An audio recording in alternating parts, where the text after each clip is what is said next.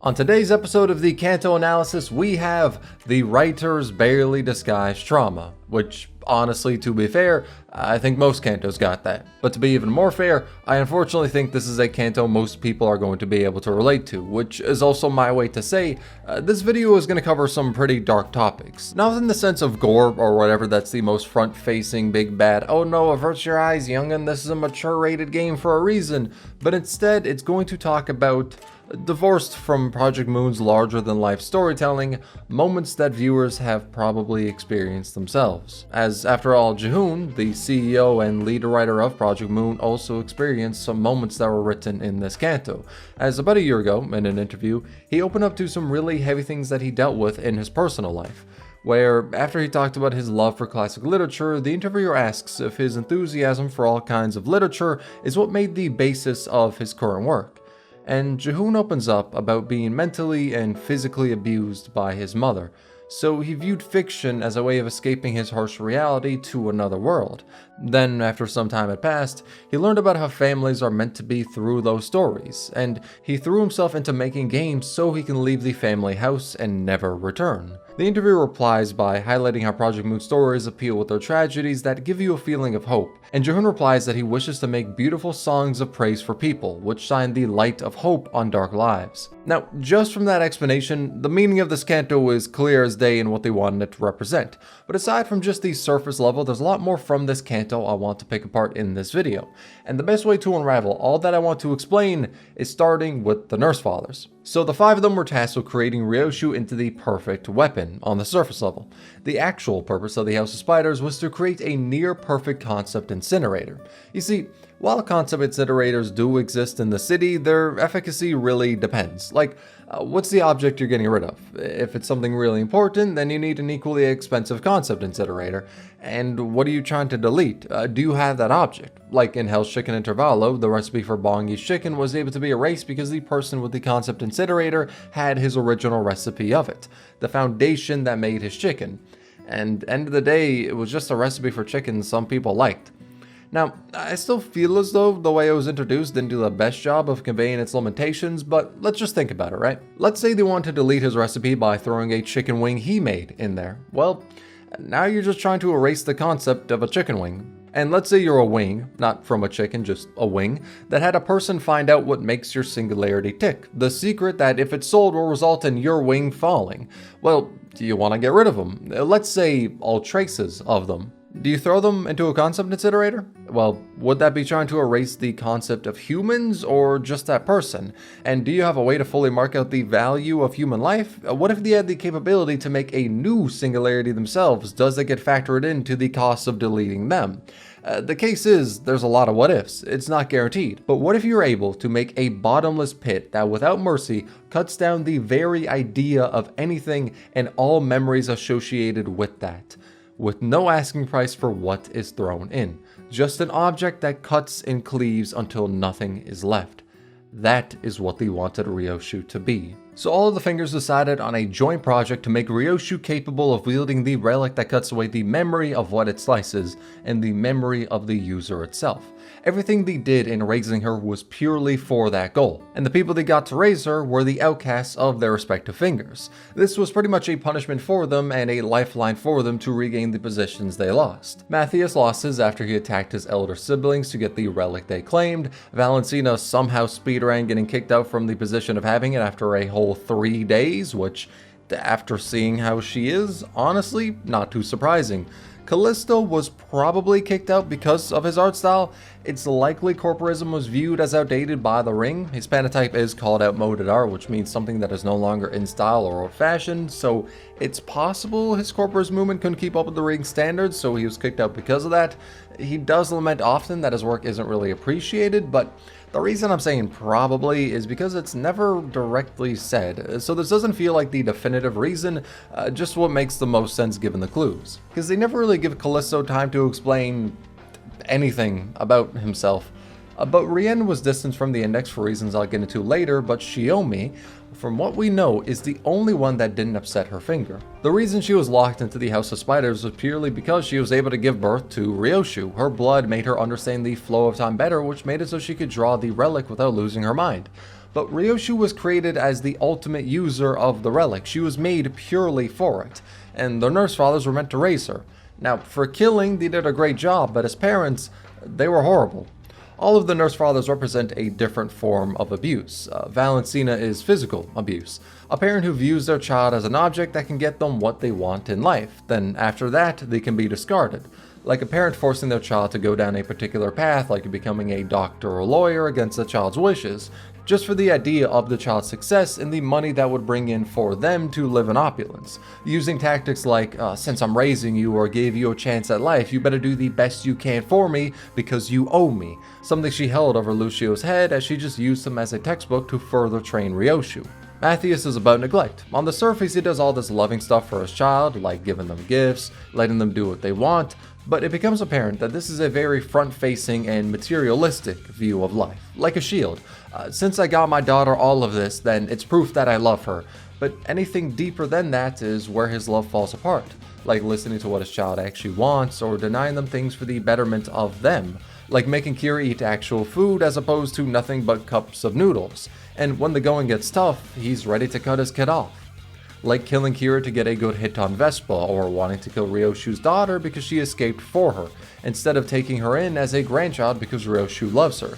Since Araya deprived him of what he wanted, the idea of being a good parent, then she's got to go. Kind of like how he had a front of loving his family in the middle, but the second they got in the way of what he wanted, the relic, he killed them immediately. Callisto is the abuse of making your child an extension of you, regardless of their wishes. He forces Ryoshu and Albina down the path of studying his art style, even though it makes Ryoshu break down in tears and beg him to stop. For him, they're only worthwhile for how much they can interact with his passion, like raising a child and forcing them to work in the family business despite any objections they may have. Their worth is entirely dependent on what the parent says is worthwhile. Shiomi is verbal abuse. She views Ryoshu as a fetter that ruined her life. Because of her, she cannot be as free as she wants to be and is getting her life torn away by Ryoshu. Like a parent who tells their child that they had ambitions of what they wanted to become in life, but they weren't able to pursue them because they had you, their accident. And because of that, you grow up in a household where you're constantly reminded that you're an accident, and any little thing you do that troubles your parents or goes against what they force upon you is met with abuse. That is entirely justified because you are purely the reason for their present suffering, even though you're just a child that didn't ask for any of this. Though I do want to say that in Shiomi's case, there is a separate degree of nuance in that Ryoshu was forced on her to have, and her freedom was taken away by the fingers because she was the only person who could have Ryoshu. So it's really nuanced. I don't want there to be any reality in which people hear what I got to say and think I'm saying Shiomi's abuse is justified, because listen to what I just said prior, but there's an underlying tone of how she was forced into this that does make her anger understandable, but that anger should have been pointed at the fingers who took away her freedom instead of Ryoshu because she's just a child. She didn't do anything wrong. So with representing verbal abuse, I also feel like her story is meant to bring up generational trauma and how children are hurt by that, something that does really pass on to Ryoshu. And Rien is a complicated case. I both feel like his love for Ryoshu is genuine, but his circumstances made him the most manipulative out of all of the fathers. So he's from the Index. In case you don't know how it's run, what the case is with them is that the will of the city writes prescripts to send them out to people, and they must follow them exactly. And when I say the will of the city, I mean it. The prescripts are literally made by the rumblings of the city writing them down, and they must be followed exactly or else you will be killed. But here's where the hypocrisy lies. You see, all of the fingers have a degree of hypocrisy in their actions. It's present in the Nursefathers, but also just how they operate as a whole. The thumb is about honor and respect, but they fight with underhanded tactics. The middle is about loyalty, but only project the image of it. The pinky has strayed from, as GQ says, the way, and the ring, not gonna lie, I don't know. We really don't see too much of them. But the Index is all about follow the prescripts, but they're intentionally very vague. Like in Library of Runa, where an artist needs to kill their painting for their prescript. Which painting? Destroy the painting physically? Kill what's painted on it? Do any of this wrong and you die. This is why Rien loves picture books, because he's terrified of his reality and mental image not lining up with what the author's intent was. Rien as a character is a slave to the prescripts. He views them as the absolute in his life, what needs to be followed, but at the same time, he has a degree of doubt against them that does slip out, albeit barely. He's both utterly consumed by it, but wants to break free. For example, him not picking up what Shiomi wanted him to until she specifically mentioned the spiral weapon is an example of how the prescripts influenced him. And the weapon itself is an example of his thought process, where it endlessly burrows into the victim's body and any action against it will only force it to burrow further, forcing them to be perfectly still and docile. But no matter how much it burrows, it will never reach the endpoint. And he equates this to doubt. And guess what? The prescripts are something you must completely obey, and any action against them, you die, like taking the spiral out. So you must be complicit with the spiral in your life, but it never reaches the endpoint, like how Rien never finishes a book. It's because he doesn't want the story to end. He still has some hope that the ending of it can be changed, but reading it would set it in stone. It's how he views Ryoshu. A part of him actually wants to be freed by her, or as he said after she explained that the spiral is like freezing, he wants his darling daughter to unfreeze him.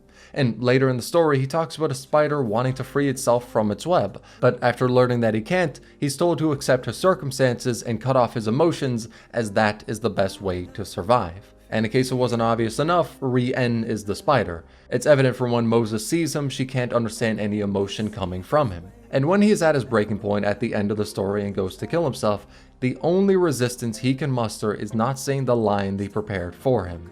And his final words are lamenting that his daughter didn't unfreeze him. Sort of like how the spiral weapon requires a password for it to enlarge itself from the victim, he was hoping for that. He deep down hated his circumstances, but was a slave to them entirely. So his actions against it are really only minor things, and you know the reason why he's there? It's because he may have defied a prescript, just a little. In his fight, you can see the flavor text on his passive that reads this. Now, there's two ways to take this. Either he is having a conversation with Callisto, or Callisto is monologuing to him. Now, of the two, I think it's Callisto monologuing to Rien, because why would Rien ask if Callisto is going to defy the prescript? Callisto wouldn't care to follow them, he's of the ring. Now, we don't fully know what he did to defy this prescript. At first, I was thinking it had to do with his family, but the mentions of him being early don't line up with his prescript about watching them die. So I don't believe we 100% know if he violated a prescript or what that prescript was. But we know he bare minimum had doubt about it. And these doubts, or very well having defied one, could have been what led him to the House of Spiders as punishment. And that shows his character. He hates it, but we will never see him take full action in defiance of the prescripts, just his doubt showing its head. And his tiny defiances for the prescripts can be seen in his design, where he was made to be like Roland, so his hair had to be dyed black to fit his appearance. But little streaks of white spill out to show he's not fully compliant to them, although it still overall shapes his appearance. And that final conversation he had with his real daughter shows he hates this. When he says the waves crash down and destroy the sandcastles only because the wind made them that way. And since the wind is what pushes the water, the waves have no reason to be sad for what they're doing. But she asks when the waves, that are shaped entirely by the greater untouchable force of the wind, will be happy, and he hopes that Ryoshu can find out why and help. But that promise never came to be. Out of all the Nursefathers, he's the most complicated. I don't doubt that a part of his love is genuine, but it's heavily overshadowed by how he views himself as broken and his almost full capitulation to the prescripts, which is why he made Ryoshu become that bottomless pit. So, he can represent an abusive parent by being one that is sacrificing everything of their child for their hyper-religious outlook on life, or he could represent someone who is broken and praying their child can fix them instead of them raising their child. He still very much is a terrible parent and had the biggest hand in taking Ryoshu down the path to become Hellscreen, so there isn't any way to be like, oh, he did nothing wrong. Nah, he's still very much evil, but there's a lot more to his character. And now, this just leaves us with Ryoshu. What is her role in all this? Whilst from the perspective of the House of Spiders, it's to become Hellscreen, a perfect art object, what they have been shaping her life to become. She also represents generational trauma. Where she wanted her daughter to experience everything in life she couldn't, she wanted her to be loved where as a child she begged for it. Becoming exactly what the Nursefathers wanted so she could get praise for them, or at the very least, not be abused. So she tries her best to love her, takes her to school, listens to what she says, makes meals for her, talks in abbreviations that Araya loves. She was the only thing keeping her sane. But with time, she pieced it together that in the House of Spiders, the only reason they would let her have Araya there isn't out of a sense of mercy or care for her. It's so she can be used as a fetter for Ryoshu to control her.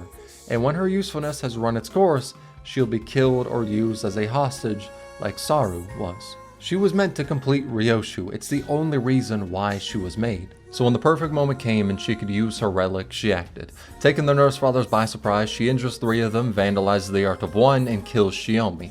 Then places Araya into a T-Corp safe. The time in it acts differently to where being in it speeds up the time on the outside as your time on the inside is relatively normal. Ryoshu knew this because she used it constantly, but she did not know that it only works perfectly on her because she was made to be the wielder of her relic. On other people, it will hurt them, and in the case of Araya, since she has the blood of Ryoshu, it made her become temporally estranged. Basically, a distorted sense of time and oneself, where she exists as a child, teen, adult, and senior, all at different flashes of whatever moment she's living in. Existing like this causes immense pain that will never go away, and all memories of Ryoshu leads back to this pain. All of her happier memories are forcibly torn apart just to leave scars of hatred against Ryoshu. Now, I want to be clear that Ryoshu tried her best. She wanted the best for her child, but her circumstances made this happen. It wasn't intentional, it was a mistake. However, can you look at a child who's had their life ripped away from them by their parent and ask them to forgive them because it was all a mistake? Does that immediately make everything better? And would a young child who just had the only person in her life that loves her ruin it be so ready and willing to forgive and forget? Of course not. So, following what Rien tells her to do, most likely orders that came from the prescripts, she wears the outfit of Shiomi and, looking exactly like her, she inadvertently sets Ryoshu down the path of Ashura, what the House of Spiders wanted. They want her to become that bottomless pit. It's likely that Ryoshu meeting her, loving her, putting her in that safe, Araya getting the position of the Pinky Nursefather were all plans thought out by the will of the city, leading up to the moment where Ryoshu is ready to kill her, believing she is Shiomi. The memories of Araya overwhelm her, moments she's forgotten but are only coming back after she thought Araya was killed. When she was desperate to save her, and believing she can, she cuts Shiomi down, until the memories of what happened to Araya play before her, until she is called the one word that changed her. 엄마 라고 불러도 돼? 부르는 게 어떻든 달라진 건 없을 텐데. 아니야. 엄청 달라져, 엄마. 울림이 달라지잖아.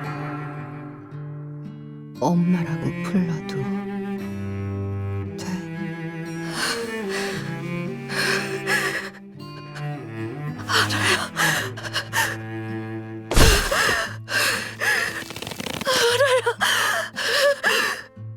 With her one reason for living killed by her own hands, she gives up and hacks away everything. Because if the only thing left in her life is pain, why should she live with any memories? It's best to sever them all. And seeing this display, what Ryoshu is like without her, causes Araya to forgive her. See the happy moments of their life, see the love she had, the future that can never be plays out to Araya because of her time displacement, and Dante gets a look at the memories, seeing what could have been if Ryoshu wasn't forced to become a weapon. They see the true and earnest love she had for Araya that would have remained throughout her entire life, going to her plays, supporting her, having fun moments of just eating candy together. Dante witnesses them all, never forgetting about them for Ryoshu. Hoping that Araya can save her, Dante hands her the chain to bring her back. 엄마 기다리겠다. 이만 갈게. 엄마는 나에게 있어서 완소야. 알아야 너 내 소딸. 아이 참. 그러니까 그렇게 줄이는 거 아니라니까. 마지막으로 한 번 더 알려줄게. 엄마는 모르겠지만 어떤 시류에서든 엄마는 한 번도 나를 놓지 않았어. 그래서 나는 모든 여정의 끝과 시작을 알 수 있지.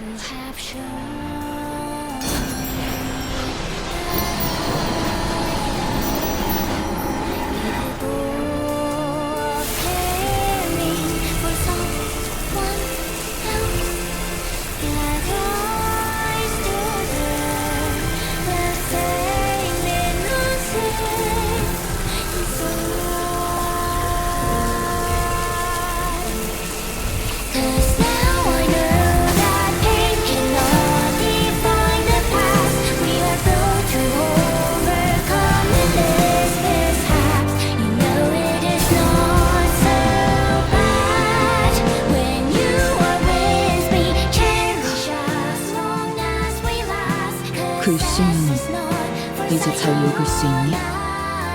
응, 당근이지. 그래도 역시 묘수가 제일 좋아. Because of the state she was in, Ryoshu cuts away the memory of Araya from her own mind. But the memories, unknown to her, take the form of the thread that spins around her sword. The thread used to be what took control of her life, led her to follow the whims of the House of Spiders. However, connected to her by Araya, it's what was able to help regain her sense of self and return her to what Araya loved. Not Yoshihide, the weapon named as such by the prescripts, instead Ryoshu, the name chosen by her daughter purely because it was easy to pronounce, yet is the signifier of the person she became for her daughter. Not a weapon, a mother that would do anything for her child. However, Rien still stands in the way, the man that wants to be a loving father to his daughter, yet chose to burn it all away because he never believed he'd get that happy ending. In the fight, he pleads with Ryoshu for her to stay, even going so far as to defy what the prescripts ask for, as his pager beeps incessantly, but Ryoshu isn't going to stay. So Rien puts up one last act of defiance, hoping for his daughter to stay and unfreeze him, but knowing that he ruined his chance to be an actual father to her because he was trapped in the web of the prescripts, just like what happened to his first family.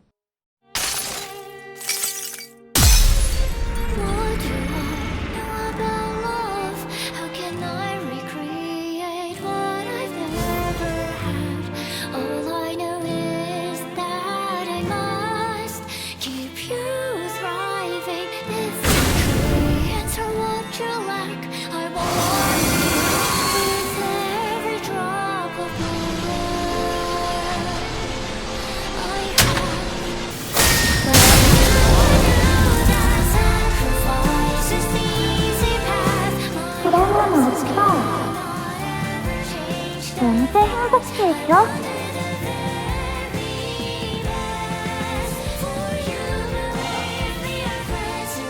글쎄, 천천히 알아가 보도록 할까? 결말을 아껴놓는 거야. 파도 소리가 들리는구나. 어떻게 들리지? 쓸쓸해.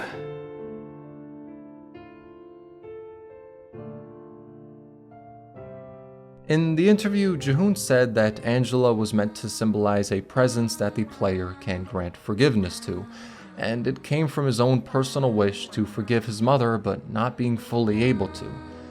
But he knows the conflict of not being able to truly forgive someone is what a lot of people struggle with, and this story was written as part of that.